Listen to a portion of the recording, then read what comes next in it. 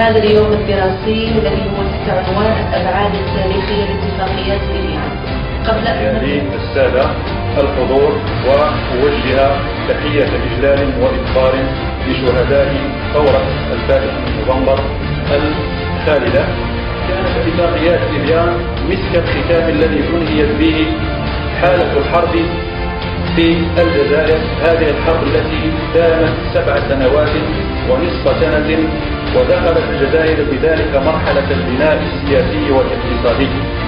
وحتى يكون لمشروع الاتفاق وزن وقيمة تم الاتصال بالسجناء الخمسة اللي هم رياض أحمد والبقية، وأعطوا طبعا موافقة الختامية العاص تؤثير رئيس المخاطرين هو تضحك على المجتمع الجزائري كله وعلى حركته السياسية كاملة.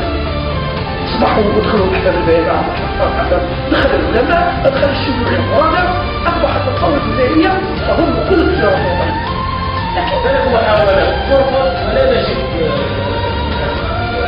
هذا الرجل أثر التاريخ الوطني له مواقف تضاهي نفس تقريبا أو مجهود اليوم المقارن أعظم مصلحة الجزائر اتفاقيات ليبيان، وما هي أعظم مكسبة رأسها عنها، ومن أراد التوسع في مصالح التفاسي فلينظر كتاب العز بن عبد السلام القواعد الكبرى. يعني الشكل من يدير الآلة يشكل كمية من التاريخ وبين تكون الحسوب والعشق.